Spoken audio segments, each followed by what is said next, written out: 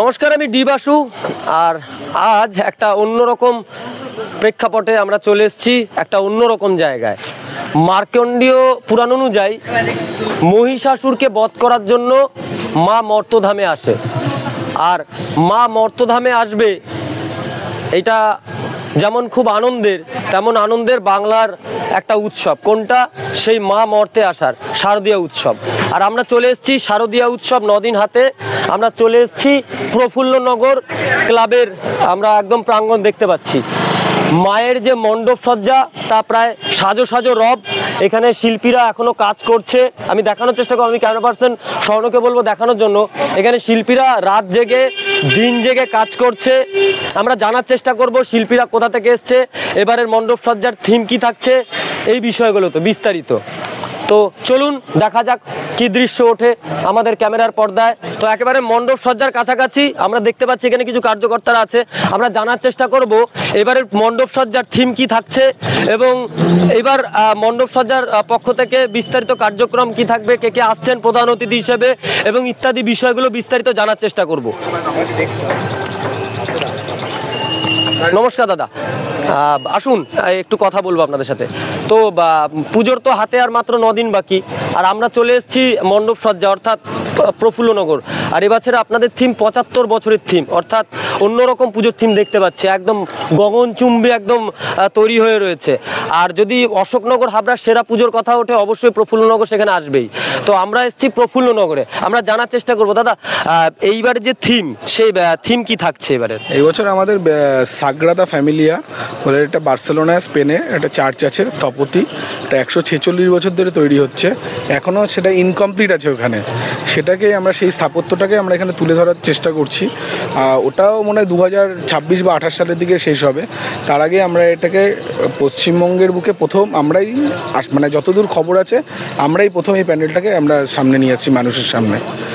তো যেই সজ্জা এখনো তৈরি হয়নি, যে স্থাপত্য, সেই স্থাপত্য আগেই তৈরি করেছে প্রফুল্লনগর ক্লাব। আমরা দেখতে পাচ্ছি তেমনই এক দৃশ্য, আমি দেখানোর চেষ্টা করবো, আরেকবার বলবো দেখানোর জন্য।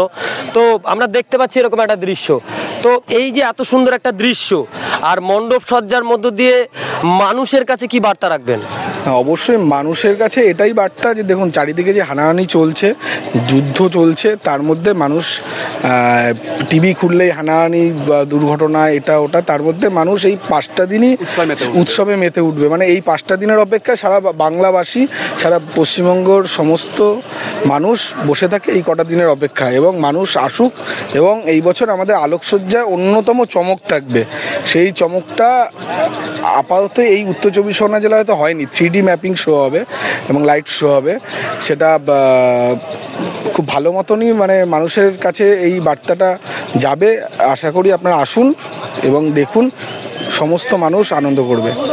তো এইবারের যে আলোকসজ্জা, এবারে আলোকসজ্জার যে থিমের কথা বলছেন, এবারে আলোকসজ্জায় যিনি এই আলোকসজ্জা সাজিয়ে তুলবেন তার মানে নামটা যদি বলেন। না, এটা আমরা ডিসক্লোজ করছি না এই মুহূর্তে। আমাদের 3টে ভেন্ডার এখানে লাইটিং করছে, সব জায়গা মোটামুটি একটা থাকে, আমরা 3টে ভেন্ডারে কাজ করছি। এটা আমরা এখনই ডিসক্লোজ করছি না। শুরু হোক প্যান্ডেল, অবশ্যই আপনারা আসুন, আপনারা দেখতে পাবেন। কিছু প্রোটোকলের কারণে ডিসক্লোজ করা যাচ্ছে না, এরকমই দাদা জানাচ্ছেন। আমরা আরও বিস্তারিত এই বিষয়গুলোতে জানার চেষ্টা করব যে এইবার আপনারা নিশ্চয়ই সংস্কৃতিমূলক কিছু কার্যক্রমও রাখবেন। তো কি থাকছে এবারে আপনাদের? বছরই আমাদের সাংস্কৃতিক অনুষ্ঠান শুরু হয়।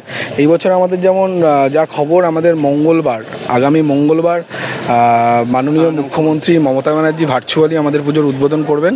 এবং তারপরে আমাদের চতুর্থীর দিন থেকে আমাদের অনুষ্ঠান, সাংস্কৃতিক অনুষ্ঠান শুরু হয়ে যাবে। দেখছেন অলরেডি আমাদের প্র্যাকটিস চলছে। এটা গত 3 মাস ধরে পাড়ার সমস্ত ছোট ছোট মেয়েরা, সিনিয়র দিদিরা সবাই প্র্যাকটিস করছে। এটা উৎসবে মেজাজে থাকে আমাদের প্রফুল্লনগরবাসী। প্রতিদিনই প্রোগ্রাম আছে, একাদশী অবধি টানা প্রোগ্রাম আছে আমাদের এখানে। এবং বিভিন্ন রকম সেবামূলক কাজও তো আমরা করি, বস্ত্র বিতরণ থেকে আরম্ভ করে অষ্টমীর দিন সমস্ত মানুষদের ভোগ বিতরণ, খাওয়া দাওয়া বসিয়ে, এই সমস্ত অনুষ্ঠান তো চলতে থাকে। চেষ্টা করবো এবারের প্রতিমা শিল্পে কার হাত থাকছে, কোন শিল্পী অর্থাৎ? হ্যাঁ, এটা দেবরাজ পাল আমাদের। এটা বেসিক্যালি আমাদের বিজয় ফার্মেসি অশোকনগর, ওদের হেড হচ্ছে মেনাতে, ওইখান থেকে দেবরাজ পাল আমাদের প্রতিমা শিল্পী। আমাদের মহালয়ের দিন অর্থাৎ পরশু দিন রবিবার আমাদের সন্ধ্যাবেলার মধ্যে আমাদের এখানে প্রতিমা আনায়ন হয়ে যাবে। দেখুন চমক থাকবে এবছরে যে আমাদের একটা বড় র্যালি যাওয়া হবে এবং সেখানে আমাদের বিভিন্ন রকমের অনুষ্ঠান করতে করতে আমরা আমাদের 75তম বর্ষের যে আমাদের দুর্গা প্রতিমা তাকে আমরা আমাদের পূজা প্রাঙ্গণে নিয়ে আসবো। তাই সবাইকে আপনাদের মাধ্যমে আমরা অনুরোধ করব যে যারা এই সুন্দর র্যালিতে অংশগ্রহণ করতে চান তারা যেন আমাদের সাথে থাকেন। রোববার দিনকে বিকেল 3টের সময় আমরা যাব এখান থেকে সবাই মিলে আমাদের পুরো প্রতিনিধিদের নিয়ে ঠাকুর আনতে। অন্যান্য জেলা থেকে আদিবাসী টিম এবং গম্ভীরার টিম আসবে, সেটা তাদের মাধ্যমে, তাদের নাচের মাধ্যমে, আমাদের প্রসেশনের মাধ্যমে সমস্ত মানুষ থাকবে, তার মধ্যে দিয়ে আমাদের ঠাকুর আনা হবে এই রবিবার। আচ্ছা, রবিবার ঠাকুর আনো। আমরা জানতে পারলাম আরও কিছু বিষয় জানার চেষ্টা করব যে দুর্গাপূজাটা এখন আর দুর্গাপুজো নেই, এটা সার্বজনীন দুর্গাপূজা। অর্থাৎ একটা সময় ছিল রাজ এবং রাজা, অর্থাৎ রাজরাজারা বা জমিদারদের পুজো মানে তবেই দুর্গাপুজো, সবার জন্য নয়। তবে এখন তা নয়, বিভিন্ন সংগঠন, আমরা জানি নদিয়া থেকে শুরু হয় প্রথম সেই শুরুটা মধ্যযুগের, তারপর থেকে দেখতে পাচ্ছি বাংলার প্রায় সমস্ত ক্লাবেই, যতটা সম্ভব প্রায় সমস্ত ক্লাবে এই পূজাটা সর্বজনীন দুর্গাপূজা হিসেবেই পালন করা হয়।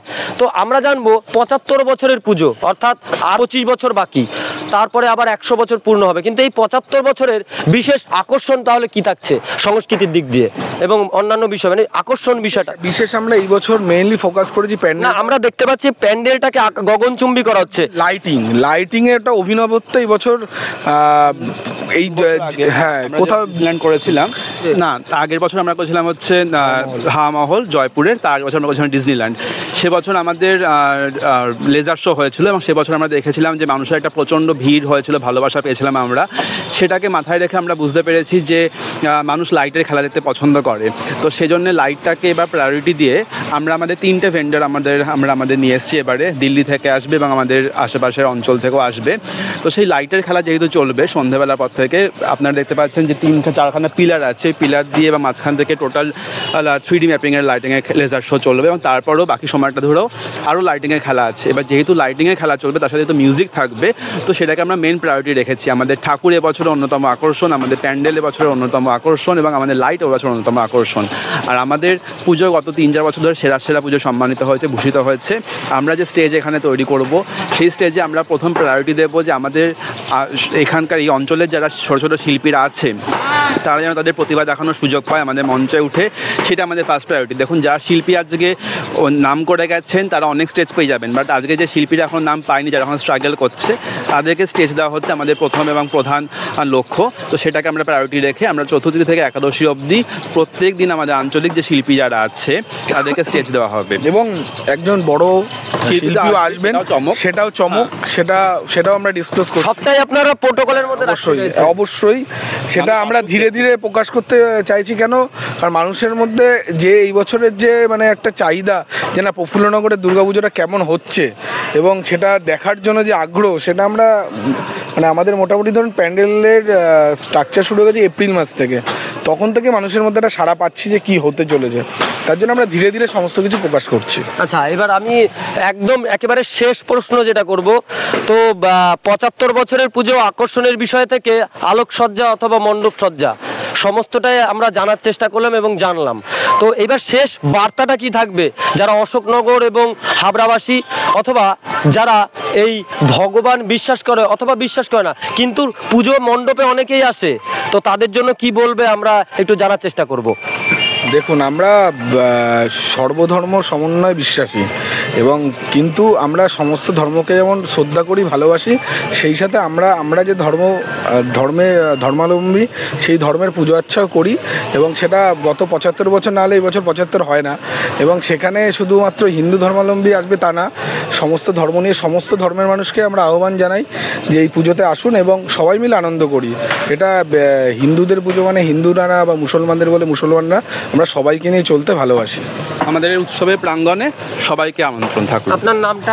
আমরা সৈকত চক্রবর্তী, ক্লাবের দায়িত্বে আছেন? হ্যাঁ, পুজো কমিটির সেক্রেটারি। আচ্ছা, পুজো কমিটির সেক্রেটারি, আমি ওনার সাথে কথা বলে নিলাম। দাদা, আপনার নামটা? অনিশ রায়চৌধুরী, কালচার কমিটিতে আছে। কালচার কমিটি দাদার থেকে আমরা জানলাম। তো বার্তা তো একটাই, জাতি ধর্ম বর্ণ ভুলে আসুন সর্বজনীন উৎসবে আমরা মেতে উঠি এবং আসুন মণ্ডপসজ্জা দেখুন এবং সুসজ্জিত করুন মণ্ডপসজ্জা। ক্যামেরায় স্বর্ণব চক্রবর্তীর সাথে আমি ডিবাসু, বিবিটিভি বাংলা।